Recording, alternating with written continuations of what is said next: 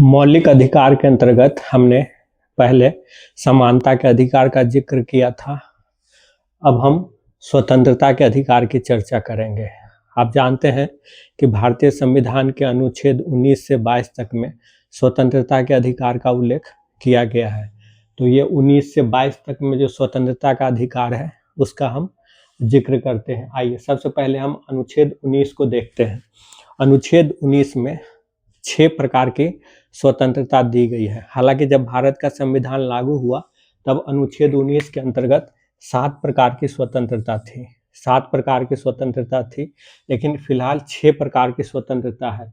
अनुच्छेद 19 1 के अंतर्गत इन स्वतंत्रता का जिक्र किया गया है जो भारत के नागरिकों को प्राप्त है। और अनुच्छेद 19 2 3 4 5 और 6 इसके अंतर्गत उन प्रतिबंधों का जिक्र किया गया है जो राज्य के द्वारा लगाया जा सकता है। यानी ये जो स्वतंत्रता आपको दी गई है अनुच्छेद 19 1 के अंतर्गत, उसी को अनुच्छेद 2 3 4 5 6 के अंतर्गत राज्य के द्वारा कानून बनाकर सीमित किया जा सकता है। यानी आप कह सकते हैं कि ये जो स्वतंत्रताएं दी गई है, इन स्वतंत्रताओं पे कुछ रीजनेबल रिस्ट्रिक्शन, युक्ति युक्त प्रतिबंध लगाए गए हैं। और वो युक्ति युक्त प्रतिबंध क्या है, वो अनुच्छेद 19 2 3 4 5 और 6 में उसका उल्लेख किया गया है। तो अनुच्छेद हमने आपको बताया कि जब भारत का संविधान लागू हुआ तो इसके अंतर्गत स्वतंत्रता के अधिकार 7 थे, लेकिन संपत्ति बेचने, रखने, संपत्ति खरीदने, रखने और बेचने के अधिकार को 1978 में 44वें संविधान संशोधन द्वारा यहाँ से हटा दिया गया। तब अब स्वतंत्रता का अधिकार 19 के अंतर्गत सिर्फ 6 अधिकार है। 19(1) में है, 19(1) के सब क्लोज ए में है वाक एवं अभिव्यक्ति की स्वतंत्रता, बी में है शांतिपूर्ण जमा होने एवं सभा करने की स्वतंत्रता, सी में है संगठित होने और संगठन बनाने की स्वतंत्रता, डी में है भारत के भीतर कहीं भी आने जाने की स्वतंत्रता, ई में है किसी भारत के किसी भी हिस्से में बसने और निवास करने की स्वतंत्रता, और जी में है किसी भी पेशा को चुनने या कोई भी व्यापार करने की स्वतंत्रता। तो यहाँ ए से लेकर के जी तक है, बीच में एफ नहीं है। तो जो एफ नहीं है उसी में संपत्ति का अधिकार था, जिसको कि हटा दिया गया 1978 में 44वें संविधान संशोधन द्वारा। तो आइए हम एक एक करके इसको देखते हैं। वाक एवं अभिव्यक्ति की स्वतंत्रता, अनुच्छेद 19 के क्लोज 1 के सब क्लोज ए में वाक एवं अभिव्यक्ति की स्वतंत्रता। वाक का मतलब क्या होता है? वाक का मतलब होता है बोलना, बोलना, तो बोलने की स्वतंत्रता है। और अभिव्यक्ति, अभिव्यक्ति का क्या मतलब हुआ? हमारे दिमाग में जो विचार है उसको हम कई तरीके से व्यक्त कर सकते हैं, जिसमें एक हम बोल के व्यक्त कर सकते हैं, जो यहाँ है वाक की स्वतंत्रता। लेकिन बोलने के अलावा कुछ दूसरे रूप में भी उसको हम व्यक्त कर सकते हैं, जैसे हम लिख के व्यक्त कर सकते हैं, हम कोई चित्र बना के व्यक्त कर सकते हैं, हम कोई फिल्म बना करके उसको व्यक्त कर सकते हैं, हम किसी नाटक को दिखा करके हम उसको व्यक्त कर सकते हैं। तो इस तरीके से जो अभिव्यक्ति है, अभिव्यक्ति के कई तरह के साधन है। तो इसमें उन सब की आज़ादी दी गई है।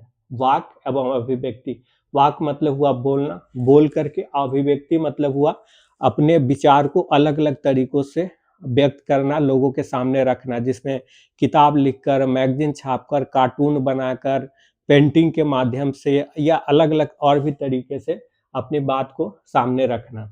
तो ये हो गया कि वाक एवं अभिव्यक्ति की स्वतंत्रता। अब भारतीय संविधान के जिन अनुच्छेदों का, मौलिक अधिकार के अंतर्गत के जिन अनुच्छेदों का न्यायपालिका द्वारा सबसे अधिक व्याख्या की गई है, या आप कह सकते हैं जिस अधिकार का न्यायिक व्याख्या के से जिस अधिकार का सबसे अधिक विस्तार हुआ है, उनमें मौलिक अधिकार के जो कुछ अनुच्छेद आते हैं, उनमें एक तो अनुच्छेद 21 है, दूसरा अनुच्छेद 14 है और तीसरा अनुच्छेद 19 है। तो अनुच्छेद 19 एक क्लोज 1 का सब क्लोज ए जो है, इसका जुडिशियल इंटरप्रिटेशन से इसका अधिकार या इसका क्षेत्र बहुत अधिक बढ़ा है। तो सबसे पहले वाक एवं अभिव्यक्ति की स्वतंत्रता, तो ये हो गया कि हम अपने विचार को बोल करके या अलग अलग माध्यम से रख सकते हैं। अब दूसरा प्रश्न होता है कि क्या हम हमें अभिव्यक्ति का अधिकार सिर्फ अपने ही बात को रखने का है या किसी दूसरे की बात को भी रखने का अधिकार है। तो हमें किसी दूसरे के बिहाफ पे बोलने या किसी दूसरे के बात को भी रखने का अधिकार है, और जो किसी दूसरे के बात को हमें अभिव्यक्त करने का जो अधिकार दिया गया है, उसी के अंतर्गत प्रेस की स्वतंत्रता है। उसी के अंतर्गत प्रेस की स्वतंत्रता है। प्रेस की स्वतंत्रता है, यानी प्रेस क्या करता है? प्रेस में जो बातें अखबार में और टीवी चैनल या प्रेस के और भी जो साधन है, रेडियो या और दूसरे साधन है, वहाँ पे सिर्फ एक व्यक्ति के द्वारा, जैसे कोई अखबार हो गया, तो उसके रिपोर्टर या एडिटर के द्वारा सिर्फ अपनी बात नहीं रखी जाती है, बल्कि वो दूसरों की बात भी रखते हैं। अगर वो किसी पॉलिटिशियन का इंटरव्यू लेते हैं तो उसकी बात रखते हैं। अगर किसी आम आदमी का वो इंटरव्यू लेते हैं या आम आदमी से किसी मुद्दे पर कुछ जानकारी मिलती है तो उसको भी रखते हैं। तो यानी यहाँ पे है कि सिर्फ हम अपने विचार को नहीं रखने का अधिकार हमें नहीं है, हमें दूसरे के विचार को भी अभिव्यक्त करने का अधिकार है। और जो दूसरे के विचार को अभिव्यक्त करने का अधिकार है, उसी के अंतर्गत प्रेस की स्वतंत्रता आती है। यानी वाक्य व अभिव्यक्ति की जो स्वतंत्रता है, उसी के अंतर्गत प्रेस की स्वतंत्रता आती है। अब वाक्य व अभिव्यक्ति की स्वतंत्रता के अंतर्गत और क्या क्या आता है, जो न्यायिक इंटरप्रिटेशन से सामने आया है? एक आता है आपका वाक्य व अभिव्यक्ति के जगह, वाक्य व अभिव्यक्ति की स्वतंत्रता की जगह जानने एवं सूचना प्राप्त करने का अधिकार। जानने एवं सूचना प्राप्त करने का अधिकार। जानने एवं सूचना प्राप्त करने का अधिकार। अब किसी चीज को जानने और सूचना, क्योंकि हम अपनी अभिव्यक्ति के लिए जरूरी है जब तक हम किसी चीज को ठीक से जान नहीं पाएंगे तब तक हम उसके बारे में सही अभिव्यक्ति नहीं कर सकते हैं। तो जानने और सूचना प्राप्त करने, लेकिन जानने और सूचना प्राप्त करने का कहाँ से? ये आप सरकार से या राज्य से, राज्य के मामले में आप सूचना प्राप्त कर सकते हैं। राज्य के मामले में आप, राज्य जो कार्य कर रहा है जनहित में या राज्य के द्वारा जो कोई भी कार्य किया जा रहा है, उसके मामले में आप सूचना प्राप्त कर सकते हैं। लेकिन आपको ध्यान रखना है कि जो आपको सूचना दी जाएगी वो एकता, संप्रभुता, राज्य की रक्षा, विदेशी राज्यों के साथ मित्रवत संबंध, इन सब चीजों को ध्यान में रखा जाएगा। यानी कि आप कोई ऐसा इंफॉर्मेशन अगर सरकार से मांगना चाहे जो राष्ट्रीय सुरक्षा से जुड़ा हुआ हो और जिसको डिस्क्लोज करने या सामने लाने से राष्ट्रीय सुरक्षा को खतरा हो जाए, तो आपको वो सूचना सरकार नहीं दे सकती है। तो ये जो जानने और सूचना प्राप्त करने का अधिकार आ जाता है, इसी के अंतर्गत अनुच्छेद 19 के क्लोज ए के सब क्लोज ए के अंतर्गत, अनुच्छेद 19 के क्लोज ए के सब क्लोज ए के अंतर्गत ये सूचना प्राप्त करने, और ये जो सूचना प्राप्त करने का अधिकार है, इसी के अंतर्गत आ जाता है आरटीआई, राइट टू इंफॉर्मेशन। तो यानी राइट टू इंफॉर्मेशन, सूचना प्राप्त करने का अधिकार भी वाक्य व अभिव्यक्ति की स्वतंत्रता का अधिकार का हिस्सा है। इसके अलावा और भी है, जैसे चुनाव में जो उम्मीदवार खड़ा हो रहा है, उम्मीदवार, उसके उम्मीदवार की शैक्षणिक पृष्ठभूमि, उसकी संपत्ति, उसका आपराधिक पृष्ठभूमि, इसके बारे में भी जानकारी प्राप्त करना अनुच्छेद 19 ए का ही हिस्सा है। क्योंकि जब तक व्यक्ति, कोई मतदाता उम्मीदवार के बारे में सही जानकारी प्राप्त नहीं कर लेगा, तब तक वो वोट देने के लिए एक बेहतर ओपिनियन का निर्माण नहीं कर सकता है। तो इसके लिए आवश्यक है कि उम्मीदवारों के विषय में उसे जानकारी प्राप्त हो। तो उम्मीदवारों के बारे में जानकारी प्राप्त करना भी अभिव्यक्ति, वाक्य व अभिव्यक्ति की स्वतंत्रता का हिस्सा आ जाता है। इसके अलावा आपने देखा कि सुप्रीम कोर्ट द्वारा नोटा का प्रावधान किया गया, नन ऑफ द डे, और ये जो उम्मीदवारों की सुप्रीम कोर्ट में एक केस आया था, भारत संघ बनाम एडीआर। आप जानते हैं एसोसिएशन ऑफ डेमोक्रेटिक रिफॉर्म्स, ये भारत में एक संस्था है जो लोकतांत्रिक और चुनावी व्यवस्था में सुधार के लिए काम करती है। तो भारत संघ बनाम एडीआर का एक मामला आया था सुप्रीम कोर्ट के सामने। उसी मामले में सुप्रीम कोर्ट ने चुनाव आयोग को यह निर्देश दिया कि वो एक व्यवस्था करे जिससे कि आम लोगों को, जो चुनाव में उम्मीदवार खड़ा हो रहे हैं, चाहे वो सांसदीय हो चाहे विधानमंडल विधानसभा के लिए हो, तो उनके पृष्ठभूमि के विषय में, उनके शैक्षणिक योग्यता के विषय में, उनके आपराधिक पृष्ठभूमि के विषय में, उनकी संपत्ति के विषय में लोगों को जानकारी प्राप्त हो सके। तो ये भारत संघ बनाम एडीआर के मामले में सुप्रीम कोर्ट ने चुनाव आयोग को ये निर्देश दिया था। उसके बाद से ही उम्मीदवारों को, चुनाव लड़ने वाले उम्मीदवारों को अपनी संपत्ति का, अपनी शैक्षणिक योग्यता का, अपने ऊपर चल रहे मुकदमा का खुलासा या जानकारी देना पड़ता है। तो ये इसी का हिस्सा है। आगे आपका आता है, इसी के अंतर्गत आता है चुप रहने का अधिकार। चुप रहने का अधिकार, चुप रहने का अधिकार, वाक अभिव्यक्ति की स्वतंत्रता जो है उसी के अंतर्गत आता है चुप रहने का अधिकार। बोलने का अधिकार तो आता ही है, चुप रहने का भी अधिकार इसी के अंतर्गत है। और इसको 1986 ईस्वी में, 1986 में सुप्रीम कोर्ट के सामने एक केस आया था, एक केस आया था जिसका नाम है इमैनुएल बनाम केरल राज, बनाम केरल राज, केरल राज 1986 में का ये केस है, इमैनुएल बनाम केरल राज। तो इस केस में क्या हुआ था कि केरल में के एक स्कूल में कुछ बच्चों को राष्ट्रगान के समय चुप रहने की वजह से स्कूल से निकाल दिया गया था। वो मामला हाई कोर्ट में गया था और हाई कोर्ट ने उस जो एक्सपल्सन था स्टूडेंट का उसको सही ठहराया था। लेकिन जब वो मामला सुप्रीम कोर्ट में गया तो सुप्रीम कोर्ट ने कहा कि चुप रहने का जो अधिकार है वो अनुच्छेद 19A के अंतर्गत उसका फंडामेंटल राइट है और उसको आप जबरन बोलने के लिए बाध्य नहीं कर सकते हैं। तो चुप रहने का अधिकार भी वाक अभिव्यक्ति की स्वतंत्रता के अधिकार का हिस्सा है और इसको 1986 में सुप्रीम कोर्ट ने इमैनुएल बनाम केरल राज्य के मामले में दिया था। इसके अलावा और भी कुछ केस है जिसमें इसका विस्तार हुआ है। उसमें एक केस है 2004 का, 2004 का एक केस है, वर्ष 2004 का एक केस सुप्रीम कोर्ट के सामने आता है जिसको कहते हैं नवीन जिंदल बनाम भारत संघ, बनाम भारत संघ, नवीन जिंदल बनाम भारत संघ का केस था वर्ष 2024 में। इस केस में भी सुप्रीम कोर्ट ने कहा था कि झंडा तिरंगा फहराने का जो अधिकार है वह भी अनुच्छेद 19 के A के अंतर्गत आता है। यानी झंडा फहराने का अधिकार भी वाक अभिव्यक्ति की स्वतंत्रता के अधिकार का हिस्सा है। इसके अलावा एक और केस आया था PUCL बनाम भारत संघ, PUCL बनाम भारत संघ का एक केस था। इस केस में सुप्रीम कोर्ट ने कहा था कि किसी के फोन का अवैध टैपिंग नहीं हो सकता क्योंकि इसकी सुरक्षा भी 19A के अंतर्गत उसका मौलिक अधिकार है। यानी कि राज्य के द्वारा किसी के फोन का अवैध रूप से टैपिंग नहीं किया जा सकता। अगर राज्य को इस तरह का खतरा आता है तो होम मिनिस्ट्री के ऑर्डर से ही ऐसा हो सकता है, उसके बगैर इस तरह किसी के फोन का टैपिंग नहीं किया जा सकता है। तो जो अनुच्छेद 19(1) है वाक अभिव्यक्ति की स्वतंत्रता, उसका किस तरीके से विस्तार होता गया है समय के साथ सुप्रीम कोर्ट के जो व्याख्या है उसके माध्यम से, ये हमने देखा कि इसके अंतर्गत समय समय पर किस किस तरह के अधिकार शामिल होते चले गए हैं। अगला है संगठित होने, 19(1) शांतिपूर्ण जमा होने और सभा करने की स्वतंत्रता।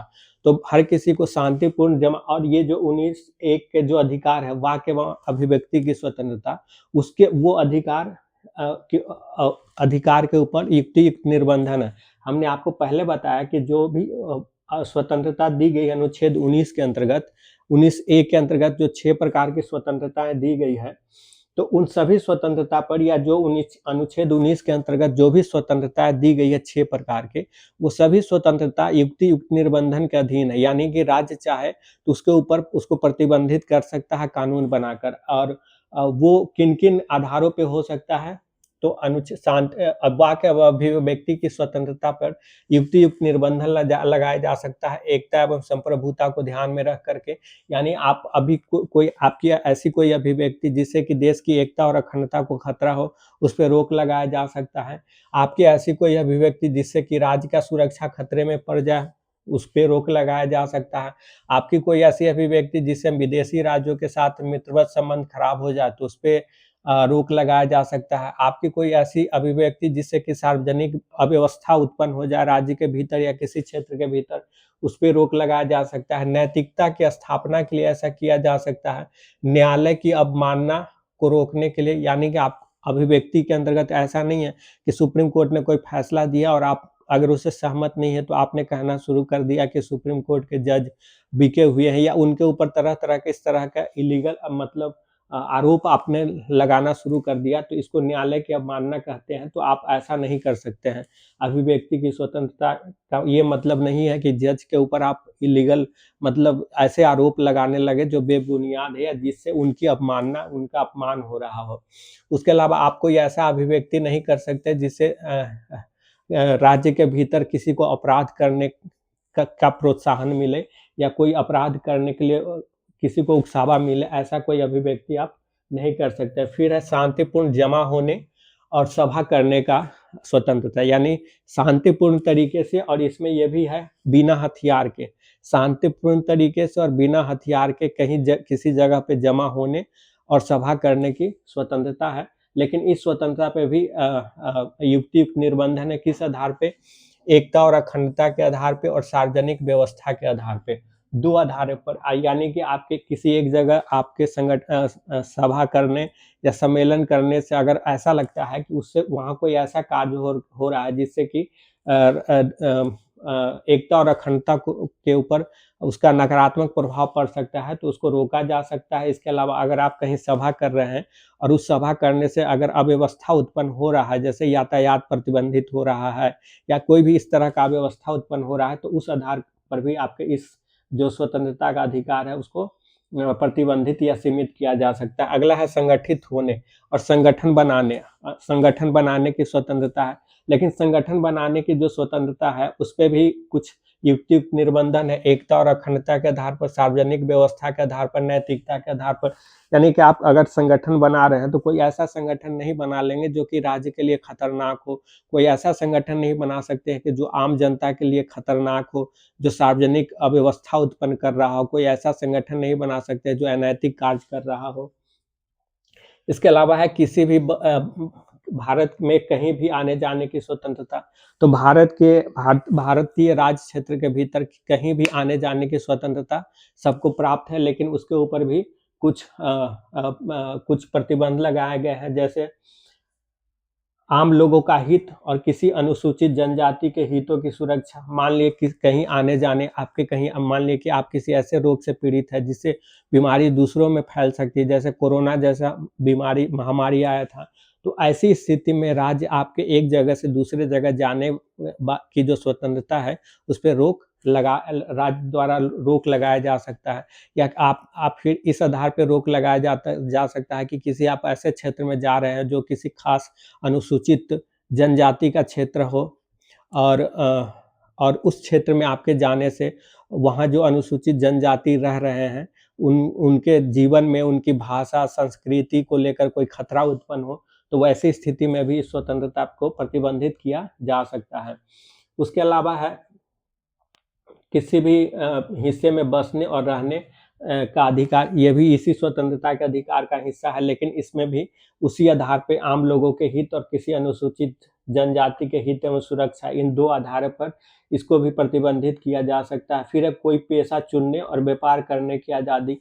हर व्यक्ति को किसी भी पेशा को चुनने और कोई भी व्यापार करने की आज़ादी है, लेकिन इसके ऊपर भी प्रतिबंध लगाया गया है। जैसे एक आधार पे लगाया गया आम जनता के हित में, जैसे कि आपने अगर डॉक्टरी का पेशा शुरू किया तो सरकार उसमें एक शर्त लगा सकती है कि भाई आपके पास मेडिकल की डिग्री होना चाहिए, या आपने वकालत का पेशा शुरू किया तो उसकी डिग्री होनी चाहिए, या इस तरह के कोई भी चीज़ है जिसमें सरकार एक शर्त लगा सकती है। या व्यापार करने के मामलों में भी सरकार कुछ अपना विशेषाधिकार रख सकती है। जैसे बहुत सारे चीज़ है, आपने देखा कि परमाणु ऊर्जा के उत्पादन में अभी लंबे समय तक राज्य का एक अधिकार था, यानी जो प्राइवेट व्यक्ति उस क्षेत्र में प्रवेश नहीं कर सकता था।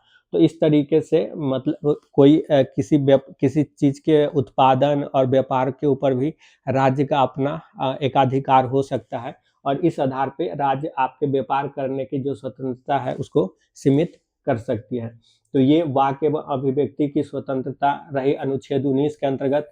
और इसमें अनुच्छेद 19 के क्लोज 1 के सब क्लोज 1 में वाक एवं अभिव्यक्ति की स्वतंत्रता है, उसको हमने विस्तार से देखा कि कैसे उसका मतलब क्या है, सुप्रीम कोर्ट के जजमेंट से उसके अधिकार, उसके क्षेत्र का कैसे विस्तार हुआ है, अनुच्छेद 19 के अंतर्गत किन किन आधारों पर इसके ऊपर युक्त निर्बंधन लगाया जा सकता है।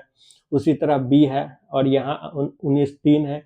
तो बी में शांतिपूर्ण सभा करने की स्वतंत्रता है, लेकिन शर्त यह है कि आपकी ऐसी सभा एकता, अखंडता और सार्वजनिक व्यवस्था में खतरा उत्पन्न न हो। इसी तरह संगठित होने की स्वतंत्रता है, उसके ऊपर भी युक्त निर्बंधन है। भारत में कहीं आने जाने की स्वतंत्रता, उसके ऊपर युक्त निर्बंधन है। किसी भी हिस्से में बसने, उसके ऊपर भी यही युक्त निर्बंधन है। और कोई भी पेशा चुनने, व्यापार करने, तो उसके ऊपर युक्त निर्बंधन है आम जनता के हित में। तो ये हमने अनुच्छेद 19 की व्याख्या को देखा। अब हम अनुच्छेद 20, 21 और 22 को देखते हैं।